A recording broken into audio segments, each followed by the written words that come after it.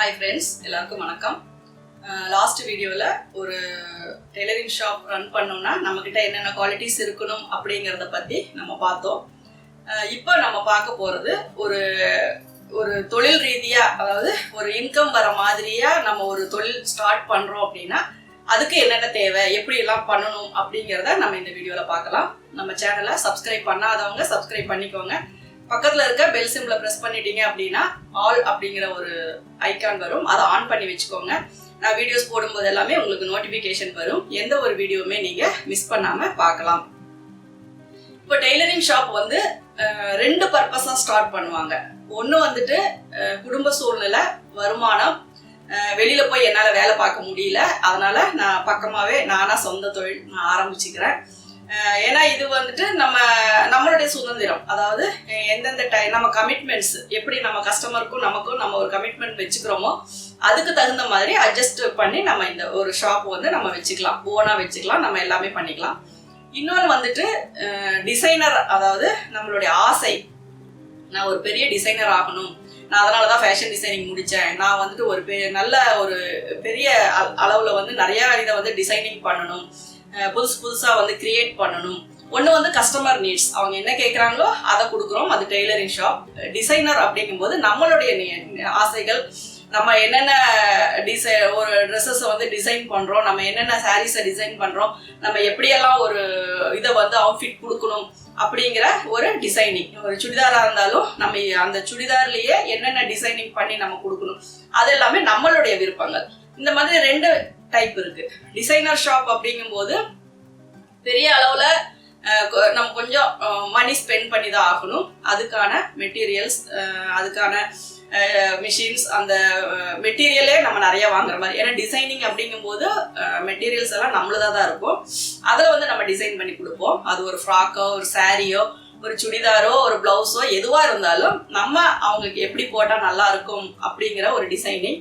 அந்த டிசைனர் ஷாப்ல வந்து கஸ்டமர் எப்பேற்பட்ட ட்ரெஸ் கேட்டாலும், அதாவது ஒரு காலேஜில் வந்து காம்படிஷன் இருக்கு, மாடர்ன் ட்ரெஸ் காம்படிஷன் இருக்கு, இந்த மாதிரி எல்லாம் வரும்போது ரொம்ப ஒரு மாதிரி டிஃபிகல்ட்டான ட்ரெஸ்ஸஸ் எல்லாம் நிறையா ஃப்ளீட்ஸ் வச்சு, நிறைய ஃப்ரில்ஸ் வச்சு, நிறைய உள்ள வந்து கேன் கொடுத்து அந்த மாதிரியான ஒரு டிசைனாவே, அதாவது நீங்க பாத்தீங்க அப்படின்னா நம்ம ஃபாரினர்ஸ் போடுற மாதிரியான மேக்சிமம் ட்ரெஸ்ஸஸ், கோட்ல இருந்து அதுக்கான அந்த ஓரியன்டா வர்றது. அப்புறம் சாரீல நம்ம டிசைன் பண்றது, பேட்ச் ஒர்க் பண்றது, நம்மளாவே மெட்டீரியலை இப்படியெல்லாம் டிசைன் பண்ணி போட்டா நல்லா இருக்கும் அப்படிங்கிற மாதிரி. ஒரு கஸ்டமர் வந்து நம்ம கிட்ட நின்னாங்கன்னா எனக்கு என்ன செட் ஆகுமோ, எப்படி நான் போட்டா நீட்டா இருக்குமோ அதை நீங்க டிசைன் பண்ணி கொடுங்க அப்படின்றத கேட்கறது.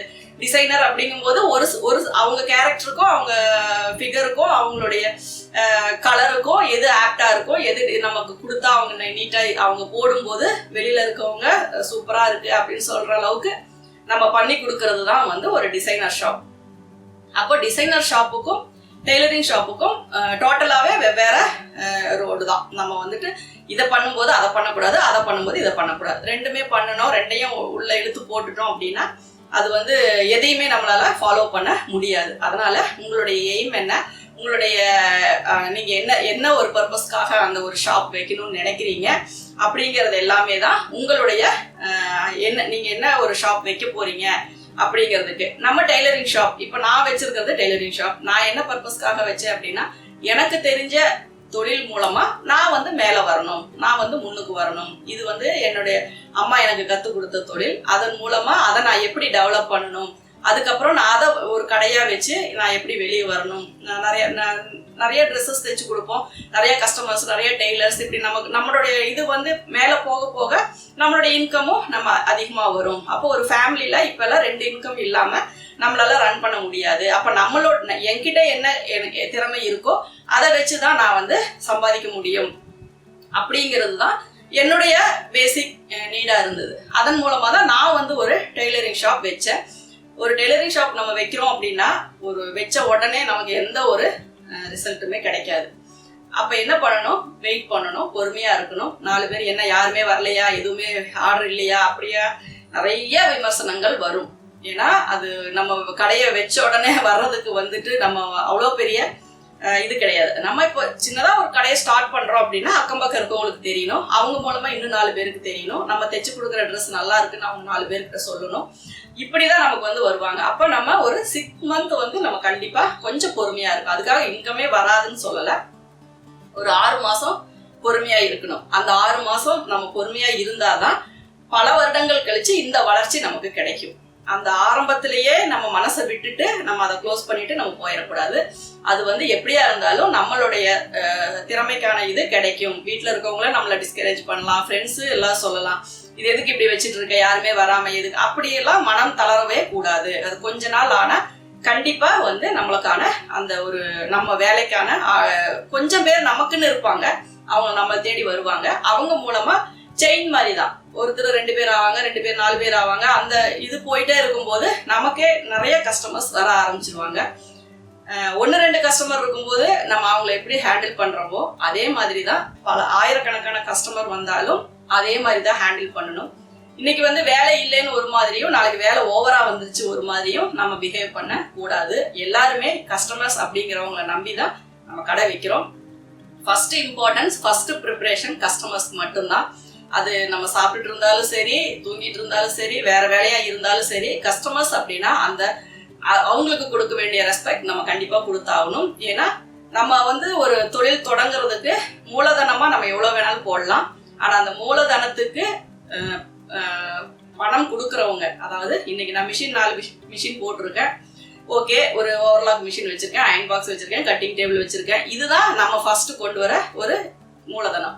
ஆனா அதுக்கப்புறம் வர நம்மளுடைய குடும்பத்தினுடைய தேவைகள், குழந்தைகளுடைய படிப்பு, அடுத்தடுத்து வர எல்லா தேவைகளுக்கும் மூலதனமா இருக்க போறது கஸ்டமர்ஸ் மட்டும்தான். அதனால அவங்களுக்கு தான் வந்து நம்ம ஃபர்ஸ்ட் ப்ரிப்பரேஷன் கொடுக்கணும். அவங்களுடைய தேவை என்ன, அவங்க என்ன சொல்றாங்க, என்ன சொல்ல வராங்க, அவங்க சொன்னதை நம்ம புரிஞ்சுக்கிட்டோமா, நம்ம புரிஞ்சுக்கிட்டது கரெக்டு தானா அப்படிங்கிற பல கேள்விகள். நான் அப்படி நினைச்சிட்டேன், நான் இப்படி நினைச்சிட்டேன், அந்த பேச்சு வரவே கூடாது. அதுக்காக நான் வந்து பல விஷயங்கள் உங்ககிட்ட சொல்லியிருக்கேன். கஸ்டமர்ஸை நம்ம எப்படி ஹேண்டில் பண்ணணும் அப்படிங்கிறது. கஸ்டமர்ஸை ஹேண்டில் பண்ணும்போது நமக்கு கோபமோ தேவையில்லாத வேர்ட்ஸோ நம்ம வந்து எதையுமே பேசக்கூடாது. பொறுமையா இருந்து அவங்க என்ன சொல்றாங்க அப்படிங்கிறத சரியான முறையில நம்ம நோட் பண்ணி வச்சுக்கிட்டு அதுக்கப்புறம் நம்ம பண்ணணும். சரி, ஓகே, இப்ப கடை வைக்கிறோம், இப்ப டெய்லரிங் ஷாப் வந்து நம்ம வந்து கமர்ஷியல், அதாவது நம்மளுடைய தொழில் ரீதியா ஒரு வருமானம் வரணும் அப்படிங்கிறதுக்காக நான் வைக்கிறேன் அப்படின்னு சொல்லி நீங்க வைக்கிறீங்க. இப்ப இதுக்கு நிறைய இன்வெஸ்ட்மெண்ட் தேவைப்படுமா அப்படின்னா கண்டிப்பா இல்ல. நீங்க இருக்க ஏரியா பொறுத்துதான். ஒரு கடைக்கு வந்து நீங்க அட்வான்ஸ் கொடுக்கணும், அதுக்கான அமௌண்ட் என்ன, அதுக்கான வாடகை கொடுக்கணும், அதுக்கான அமௌண்ட் என்ன, இது வந்து ஃபர்ஸ்ட் நம்ம பார்க்கணும். அதுக்கப்புறம் அந்த ஏரியா எந்த இடத்துல இருக்கு அப்படின்னு பார்க்கணும். ஓரளவுக்கு லேடிஸ் வந்து போற இடமா, ஒரு மளிகை கடை பக்கத்துல இருக்கா, ஒரு ரேஷன் கடை பக்கத்துல இருக்கா, ஒரு துணி கடை பக்கத்துல இருக்கா, இல்ல ஏதோ ஒரு மில்லோ ஒரு ஆபீஸோ அந்த மாதிரி ஏதாவது, அதாவது அதிகப்படியான பெண்கள் வந்து போற இடமா இருக்கணும். அது வந்து ரொம்ப முக்கியம். அது அப்படி இருக்கும்போது என்ன ஆகும் அப்படின்னா நம்ம சீக்கிரமா ரீச் ஆகும். எங்க வச்சாலுமே இப்ப நம்ம வீடு இருக்கிற ஏரியாலே நம்ம கடை வைக்கலாம், அது வந்து ஸ்லோவா தான் நமக்கு பிக்கப் ஆகும். இதுவே நம்ம இன்னும் கொஞ்சம் ஸ்பீடா வரணும் அப்படின்னா நம்ம இருக்கிற ஏரியாவை வந்து பார்க்கணும். இப்ப இந்த இடத்துல நிறைய மில்லெல்லாம் நிறைய இருக்கு, பெண்கள் நிறைய பேர் வேலை செய்யறாங்க. இங்க வந்து நிறைய, அதாவது பெண்கள் அதிகம் வந்து போற ஒரு மாதிரியான இடமா இருக்கு அப்படின்னா அந்த இடத்துல வச்சுட்டு நீங்க ஸ்டார்ட் பண்ணலாம். அப்போ வந்து ஆரம்பத்துல ஒரு 2 மிஷின் இருந்தா போதும், அதிகமா எல்லாம் நீங்க வாங்கி போட வேண்டாம். கம்பல்சரி அயன் பாக்ஸ் வேணும், கட்டிங் டேபிள் வேணும். அந்த இதெல்லாம் உங்களுக்கு தெரியும், எப்படி வந்து நம்ம பில் வந்து ரெடி பண்ணணும், அவங்க கொடுக்குற மெட்டீரியல் எப்படி நம்ம அது பின் பண்ணி வைக்கணும் அப்படிங்கிறது, அதுவும் நம்ம டீட்டெயில்ஸா நான் வந்து ஒரு கடைக்குள்ள என்னென்ன பண்ணணும் அப்படிங்கிறத நான் தனியா சொல்லிடுறேன். இப்போ இதை வந்து நம்ம பார்த்துக்கணும், நம்ம எந்த ஏரியால வைக்கிறோம் அப்படிங்கிறது ரொம்ப முக்கியம். ரொம்ப உள்ள வந்து இன்டீரியர் ஒர்க் எல்லாம் பண்ணணுமா, அதெல்லாம் தேவையே இல்லை.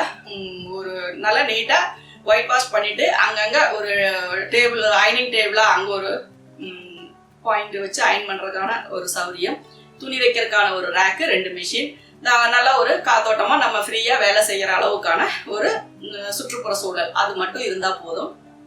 இப்ப நீங்க மட்டும்தான் தைக்கிறீங்க, 4 போடலாமான்னு கேக்குறீங்க. ஓகே, உங்ககிட்ட வர ஆர்டர்ஸ் வந்து எப்படி வருது, வச்ச புதுசுல நிறைய பேர் கொண்டு கொடுக்க மாட்டாங்க, கம்மியா தான் பிக்கப் ஆகும். இல்ல ஆல்ரெடி உங்ககிட்ட கஸ்டமர்ஸ் நிறைய பேர் இருக்காங்க, ஓகே, அப்போ ஆள் போட்டு தைக்கணுமா அப்படின்னா ஒரு ஆளை நீங்க வச்சுக்கோங்க ஹெல்ப்புக்கு. அவங்க வர்றவங்கள நீங்க வந்து முதல்ல ட்ரெயின் அப் பண்ணணும். ஏதாவது அவங்க மெத்தட்ல அவங்க தைச்சிட்டு இருப்பாங்க, அப்படி வேண்டாம் ஏன் மெத்தட்ல தைச்சு கொடுங்க அப்படின்னு சொல்லி உங்க டைப்பு உங்க ஸ்டைலுக்கு நீங்க அவங்கள மாத்தணும். அப்போ அதுல என்னென்ன ஃபினிஷிங் அவங்க பண்ணணும். ஒரு பிளவுஸ் நீங்க இப்படி தைச்சீங்க அப்படின்னா வர எல்லாருக்குமே அதே மெத்தட்ல தான் அந்த பிளவுஸ் தைக்கணும். இந்த விஷயங்களை நீங்க ஃபாலோ பண்ணணும். இப்படி ஓவர்லாக் போடணும், இப்படி நம்பர் போட்டு கொடுக்கணும் அப்படின்ட்டு பல விஷயங்கள் அவங்கள நீங்க ட்ரெயின் அப் பண்ணிட்டு அவங்கள நீங்க கட்டிங் போட்டு கொடுத்து அவங்க தச்சு நீங்க அப்படியே போயிட்டே இருந்தீங்க அப்படின்னாவே ஒரு சீசன் டைமோ ஒரு ஃபங்க்ஷன் சீசனோ அந்த மாதிரி எல்லாம், ஒரு பொங்கல் தீபாவளி அந்த மாதிரி எல்லாம் வரும்போது உங்களுக்கு தானாவே உங்களுடைய ஃபினிஷிங் ஒர்க் பொறுத்து ஆர்டர்ஸ் வந்துகிட்டே இருக்கும். நீங்க 2 மிஷின் அப்படிங்கிறது தான் அளவு, அதுக்கு மேல வேணுமா அப்படின்னா தேவையில்லை. அந்த 2 மிஷினே வச்சுட்டு நீங்க ரன் பண்ணிக்கலாம். கிட்டத்தட்ட நீங்க ஷாப் வச்சு ஒரு 1 இயர் ஆச்சு, நல்லா டெவலப் ஆயாச்சு, நல்லா ஓரளவுக்கு எல்லாம் பிக்கப் ஆயிட்டு கஸ்டமர்ஸ் யாருமே என்னை விட்டு போறதில்ல, எல்லாம் எனக்கு ரெகுலரா வர்றாங்க. என் ஒர்க் எல்லாமே எனக்கு 100% சாட்டிஸ்ஃபைடு. நான் எல்லாருக்கிட்டையுமே நான் தன்மையா தான் நடந்துக்கிறேன், அவங்களும் என்னை அட்ஜஸ்ட் பண்ணிக்கிறாங்க. நல்லபடியா எனக்கு போயிட்டு இருக்கு அப்படின்னா அதுக்கப்புறம் நீங்க 2 மிஷின் வாங்கி போடுங்க. அதுக்கு இன்னும் 2 டெய்லர்ஸ் உட்கார வைங்க. மேக்சிமம் கட்டிங் அப்படிங்கிறது வந்து நீங்க ஓனா போடுங்க, கஸ்டமர்கிட்ட அளவு எடுக்கிறது நீங்க ஓனா எடுங்க. இந்த 2 விஷயத்த மட்டும் நீங்க ஃபாலோ பண்ணுங்க. ஏன்னா இந்த 2 விஷயத்த நான் ஃபாலோ பண்ணிட்டு தான் இருக்கேன். ஏன்னா இப்போ ஒருத்தர் அளவு எடுத்து கொடுத்து இன்னொருத்தர் கட்டிங் போட்டாங்க அப்படின்னா அதனுடைய அந்த அக்யூரேட்டான ஒரு மெஷர்மெண்ட்ஸ் வந்து அவங்களுக்கு தெரியாது. நீங்க வந்து எழுதி வைப்பீங்க, ஓகே, எழுதி வைக்கிறவங்க எல்லாத்துக்குமே ஜென்ரலா ஒரே மாதிரி கட்டிங் தான் நம்ம போடுவோம். அந்த மாதிரி போடும்போது ஆல்ட்ரேஷன்ஸ் வர்றதுக்கு வாய்ப்பு இருக்கு. இப்போ நம்ம அளவு எடுக்கும் போது தெரியும் இவங்களுக்கு செஸ்ட் பெருசா இருக்கு, அப்ப நம்ம இதை அட்ஜஸ்ட் பண்ணிக்கணும் அப்படிங்கிறது நம்மளுக்கு தெரியும். இதுவே நீங்க அளவு எடுத்து வச்சுட்டு போயிட்டா கட்டிங் போடுறவங்களுக்கு அது தெரியாது, அவங்க நார்மலா எப்பவும் போடுற மாதிரி போட்டுருவாங்க. அப்போ அவங்களுக்கு டைட்டா இருக்கு, இந்த மாதிரியான ப்ராப்ளம் வரும். அப்போ மேக்சிமம் நீங்க பண்ற வேலை என்ன அப்படின்னா அளவு எடுக்கிறதும் கட்டிங் போடுறதும் ஒரு ஆளா இருக்கணும். அதுக்கான ஒர்க் மட்டும் நம்ம வாங்கிக்கலாம். ஒன்னா கட்டிங் மட்டும் நம்ம போட்டுக்கலாம், ஆர்டர் எடுத்துக்கலாம். இந்த 2 ஒர்க்கு எக்ஸ்ட்ரா வர ஒர்க்கை நம்ம கட்டிங் போட்டு கொடுத்தா தைச்சு ஃபினிஷ் பண்றதுக்கு நீங்க ஆள் போட்டுக்கலாம். அந்த மாதிரி பண்ணீங்க. அதே மாதிரி எம்ப்ராய்டிங் ஒர்க் வருது, ஆரிய ஒர்க் வருது, பிரைடலுக்கு ட்ரெஸ் தைக்கணும், அந்த மாதிரி எல்லாம் வரும்போது அந்த 2 பொறுப்புமே உங்க கையில இருந்தா மட்டும்தான் அந்த டேட்டு கொடுக்கறது, ஆல்டர்னேட்டிவ் பண்றது, இது எல்லாமே வந்து உங்க கைப்பட இருக்கும். சப்போஸ் இது 2ஐயும் வெவ்வேறு ஆள் பார்த்தாங்கன்னா கண்டிப்பா டைம் டெலிவரி கொடுக்கறது மிஸ் ஆகும், மார்க் பண்ணி ஒர்க் பண்றது மிஸ் ஆகும். எல்லாமே வந்து உங்களுக்கு ரொம்ப ஒரு டிஃபிகல்ட்டான சுச்சுவேஷனை கிரியேட் பண்ணும். அதனால நீங்க ஆர்டர் எடுக்கிறீங்க, அளவு எடுக்கிறீங்க, கட்டிங் போட்டு கொடுக்குறீங்க, இந்த பொறுப்புகள் உங்க கையில இருந்தாதான் உங்களால கரெக்டா சக்சஸா அந்த விஷயத்த நீங்க கொண்டு போக முடியும். இது வந்து என்னுடைய அனுபவம். இன்னொருத்தரை நம்பி நம்ம எந்த ஒரு வேலை செஞ்சாலும் அது என்ன ஆகும் அப்படிங்கிறது உங்களுக்கே தெரியும். அதனால முழுக்க முழுக்க நம்மளை சார்ந்து நமக்கு தெரியும் என்னால முடியுங்கிற ஒரு தன்னம்பிக்கையோட வெளியில வரும்போது இந்த மெயினான இந்த 2 ஒர்க், மற்றதெல்லாம் ஹெல்ப்பர் பண்ணலாம், தப்பு கிடையாது. ஸ்டைலர்ஸ் தைக்கலாம், அதுவும் தப்பு கிடையாது. ஏன்னா தைக்கிறவங்களுக்கு எப்போ ஒரே ஃபார்மேட் தான், ஃபினிஷிங் பண்றவங்களுக்கு ஒரே ஃபார்மேட் தான். ரொம்ப இம்பார்ட்டன்டான 2 விஷயம் அளவெடுக்கிறதும் கட்டிங் போடுறதும் தான். இப்போ இந்த 2 விஷயத்த நீங்க ஹேண்டில் பண்ணிட்டீங்கன்னா உங்க கடையில பெருசா பிரச்சனை வர்றதுக்கோ, மிஸ்டேக்ஸ் வர்றதுக்கோ, திரும்ப ஆல்ட்ரேஷன்ஸ் வர்றதுக்கோ எந்த ஒரு வாய்ப்புமே கிடையாது. ஏன்னா உங்களுக்கு தெரியும் இவங்களுக்கு இனிமேல் இப்படி தைச்சு கொடுக்க கூடாது, இதனாலதான் இவங்களுக்கு இந்த ஆல்ட்ரேஷன் வருது, இதை நம்ம கரெக்ட் பண்ணிக்கணும் அப்படின்னா அது நீங்க கட்டிங் போட்டாதான் முடியும். இன்னொருத்தட்ட நீங்க சொல்லும் போது அவங்க அதை அப்படியே புரிஞ்சுக்கணும் அப்படிங்கிற ஒரு அவசியம் கிடையாது. அதுவும் இல்லாம இப்ப கட்டிங் அப்படின்னு வந்தாவே ரொம்ப எக்ஸ்பென்சிவ் தான் ஆகுது. அதாவது நமக்கு வர்ற வருமானத்தை நம்ம இன்னொருத்தருக்கு கொடுக்குற மாதிரி தான். ஏன்னா நம்ம ஒரு டெய்லரிங் ஷாப் வைக்கிறோம்னா இந்த 2 ஒர்க்கு கூட நம்மளால பண்ண முடியல. ஏன்னா நம்ம எதுக்காக டெய்லரிங் ஷாப் வைக்கணும், நம்ம என்ன சம்பாதிக்கணும் அப்படிங்கிறது ஒரு கேள்விக்குறியா இருக்கு. ஏன்னா நம்ம ஒரு கடையை வாடகைக்கு எடுக்கிறோம், அதுல என்னென்ன பொருள் வேணும் அப்படின்றத நம்ம மூலதனமா போட்டு கடன் வாங்கியோ வட்டிக்கு வாங்கியோ கந்துக்கு வாங்கியோ நம்ம ஒரு செட் அந்த கடைக்கு தேவையானது எல்லாமே நம்ம ரெடி பண்றோம்.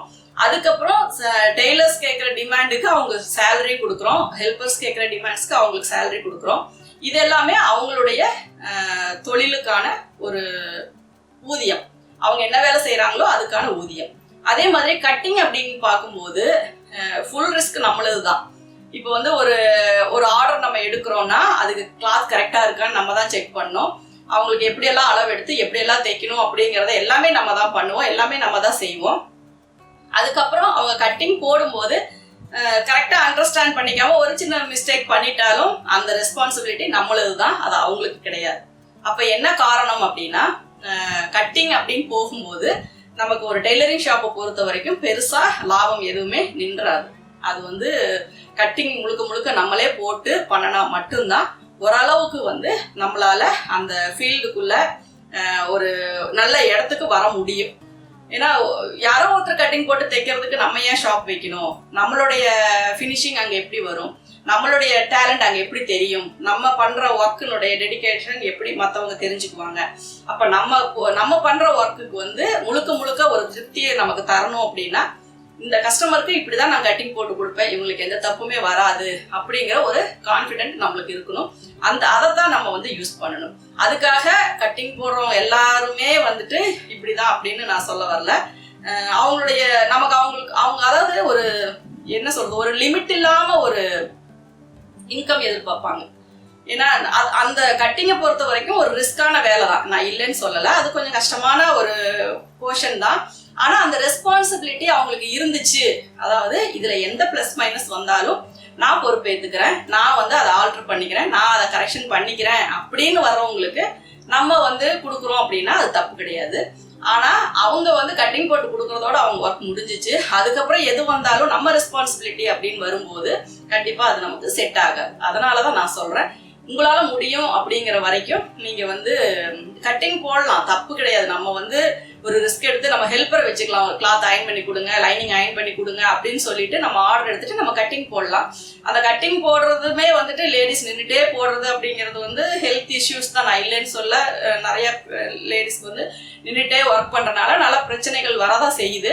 ஆனா எந்த தொழில பிரச்சனை இல்லை, எந்த தொழில் செஞ்சா கஷ்டம் இல்லாம இருக்கும் அப்படின்னு எல்லாம் ஒண்ணுமே கிடையாது.